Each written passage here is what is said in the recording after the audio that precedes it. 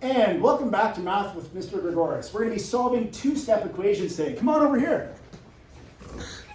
So we've got a couple of two-step equations that we're going to have to solve. Now what we need to do to solve two-step equations is use algebra. So I say to myself, hey self, what does solve mean? Well, solve means isolate the variable on one side of the equation. So far, I've got a left side of the equation and a right side. And my variable x is on the left side only. So I need to get it all alone. I say, hey, what's happening to this term that contains 3x?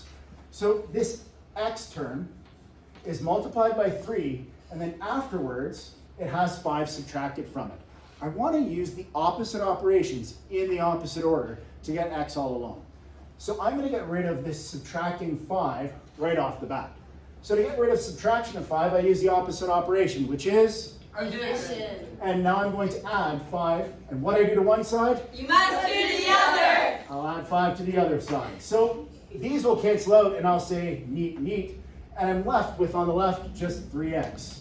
To maintain appropriate alliteration, on the right remains the number 9. Now I say, self, I'm almost done. I think I've changed it from a two-step problem to a one-step problem. But I still have to get rid of that thing that's happening to x. What operation will I use? Division. I'm going to divide. And what I do to one side? You must do the other. So I'll divide both sides by 3. These will cancel out, neat, neat. And I have my equal signs. Look at how beautifully stacked they are, one on top of the other. And 9 divided by 3, of course, is 3. Excellent. So we call this a two-step problem because one step was the subtraction, the next step was the division. Let's do the next one a little bit faster. These should start to get automatic. Self x. This term has something multiplied, then I have addition. This happens last. I'm going to get rid of addition with Subtraction.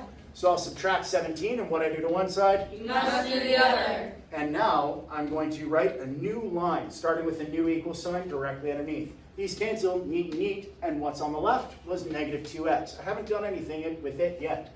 On the right, 18 minus 17, I'm glad we chose nice numbers. 1, the loneliest number. And I have but one step left. I've got negative 2 times x.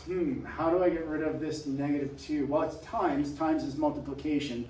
The opposite operation of multiplication is? Division. So I'm going to divide both sides by negative 2 because what I do to one side? You must do the other. And those cancel out. Hey, now that it's canceled, I've got that other equal sign right underneath. And x is equal to?